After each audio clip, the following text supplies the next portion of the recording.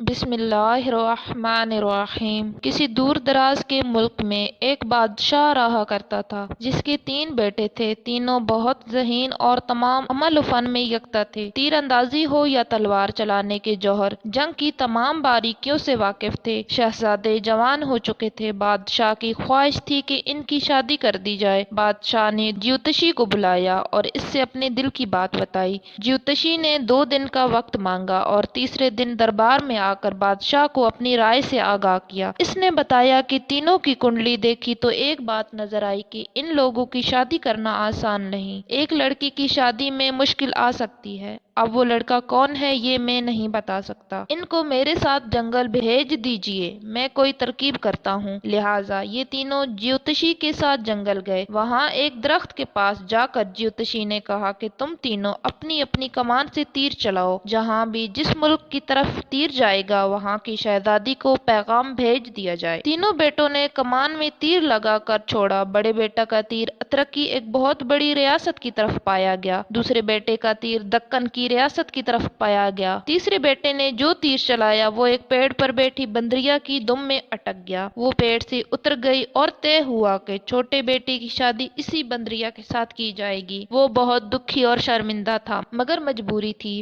پہلے بچے والدین کی بات نہیں ٹالتے تھے، اس لیے وہ خاموش ہو گیا۔ سب شہزادوں کی شادی بہت دھوم دھام سے ہوئی۔ 2 ملکوں کی شہزادیاں محل میں اتری مگر تیسری کے لیے چھوٹے شہزادے کی خواہش پر الگ محل کا انتظام کیا گیا۔ دونوں بڑے شہزادے اپنی رانیوں کے ساتھ خوش و خرم زندگی بسر کرنے لگے مگر چھوٹے شہزادے کے پاس تو دلہن کے نام پر ایک بندریا تھی۔ وہ بہت پریشان اور شرمندہ رہتا تھا۔ ایک بار بادشاہ اور ان کی ملکہ نے کہا کہ وہ اپنی بہوؤں کا سلیقہ دیکھنا چاہتے ہیں، لہٰذا ان کو ایک ایک رومال گاڑنے کے لیے دیا گیا۔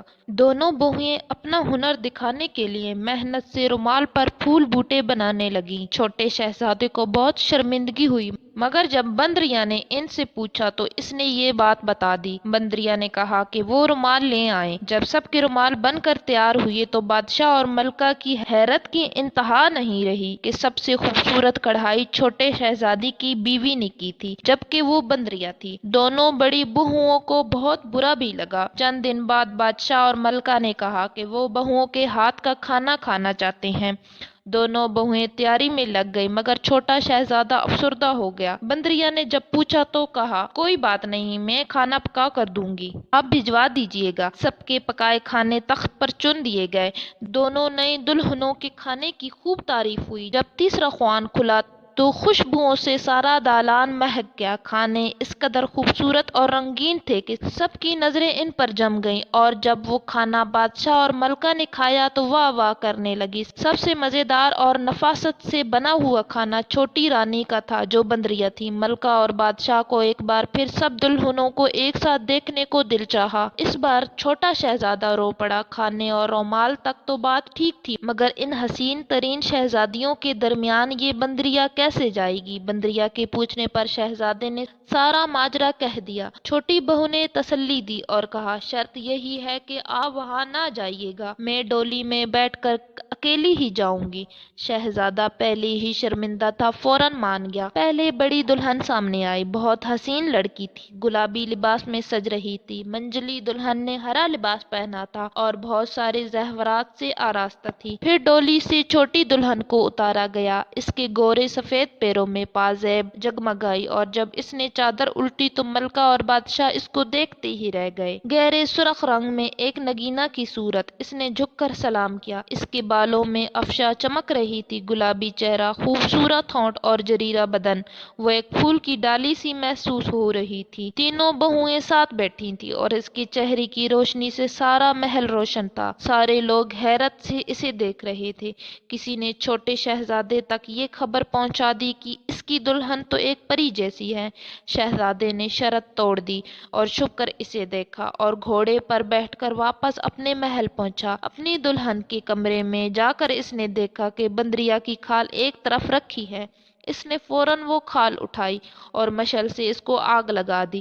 ادھر چھوٹی دلہن کو اچانک بہت بے چینی ہوئی اور وہ اجازت طلب کر کے ڈولی میں بیٹھ گئی۔ اس کی پازیب سے پیر جھلسنے لگے تھے، دھیرے دھیرے سارے جسم میں آگ بھرنے لگی، وہ جلنے لگی۔ ڈولی جب تک محل میں پہنچی وہ کافی جل چکی تھی۔ بھاگتی ہوئی کمرے میں آئی اور شہزادے سے اپنی کھال کھینچ لی، مگر کھال کا بہت حصہ جل چکا تھا اور وہ بھی بری طرح جل چکی تھی۔ وہ زمین پر گر کر تڑپنے لگی۔ شہزادہ گھبرا گیا، حکیم بلائے گئے، سب نے علاج کی کوشش کی مگر جلن کسی صورت کم نہ ہوئی۔ دوسرے ملکوں سے بھی طبیب آئے مگر اس کی جلن کم نہ کر سکے۔ شہزادہ بہت شرمندہ تھا اور پریشان بھی۔ پوری سلطنت کے طبیب آ چکے تھے اور طرح طرح کے علاج تجویز کیے جا رہے تھے مگر جلن کسی صورت کم نہیں ہو رہی تھی۔ شہزادہ بے قرار ہو کر ٹہل رہا تھا اور کھال جلانے پر بے حد شرمندہ تھا۔ وہ ٹہلتا ہوا محل کے باغ میں آ گیا۔ اس کی بے چینی کسی طور کم نہیں ہو رہی تھی۔ ایک بڑے درخت سے ٹیک لگا کر کھڑا ہو گیا۔ اس درخت پر دو چڑیا آپس میں باتیں کر رہی تھیں۔ شہزادے نے دھیان سے سنا۔ وہ کہہ رہی تھیں، وہ بندریاں نہیں، پرستان کی شہزادی ہے۔ اس کی ایک چھوٹی سی غلطی پر اتنی بڑی سزا ملی ہے، مگر اس نے کیا غلطی کی تھی کہ اس کو بندریا بنا دیا؟ دوسری چڑیا نے پوچھا، پرستان کے لوگ دنیا میں آنا پسند نہیں کرتے، یہاں کے لوگ لڑتے جھگڑتے رہتے ہیں، اس لیے پرستان میں کسی کو اس دنیا میں آنے کی اجازت نہیں۔ مگر یہ شہزادی کم عمری اور ناسمجھی میں اس بات کو اہمیت نہ دے سکی اور دنیا میں آ گئی، اس لیے اس کو بندریا بنا دیا گیا تاکہ یہ کبھی پرستان میں واپس نہ جا سکے۔ مگر اب کیا ہوگا؟ اس جلن کا کوئی علاج نہیں ہے کیا؟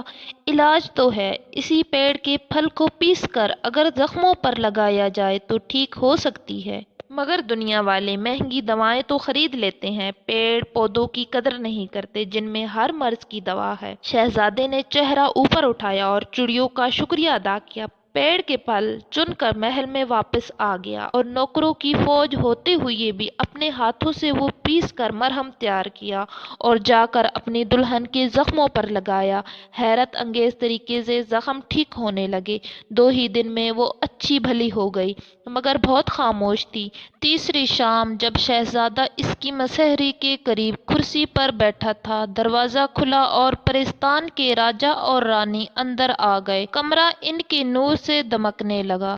شہزادی جلدی سے اٹھی اور ان کے قدموں میں بیٹھ کر رونے لگی اور معافی مانگنے لگی۔ راجا نے اس کو اٹھا کر گلے سے لگا لیا اور بولے، بیٹی تم نے بہت تکلیفیں اٹھا لیں، اب تمہاری خطا معاف ہو گئی ہے۔ رانی نے بھی بیٹی کو گلے لگایا اور شہزادے کے سر پر ہاتھ پھیرا۔ پرستان کے راجا نے شہزادے کو دعائیں دی اور کہا کہ اگر وہ چاہے تو پرستان چلے اور وہیں زندگی گزارے، اسے کوئی تکلیف نہیں ہوگی۔ مگر شہزادے نے سہولت سے انکار کر دیا اور کہا وہ یہیں اسی ملک میں رہ کر اپنے والدین کی خدمت کرنا چاہتا ہے۔ پرستان کے راجا اس کی اس بات سے بہت خوش ہوئے اور پرستان کے ڈھیروں سامان سے گھر بھر دیا اور راجا رانی پرستان واپس چلے گئے۔ شہزادہ اور اس کی دلہن ہنسی خوشی زندگی گزارنے لگے۔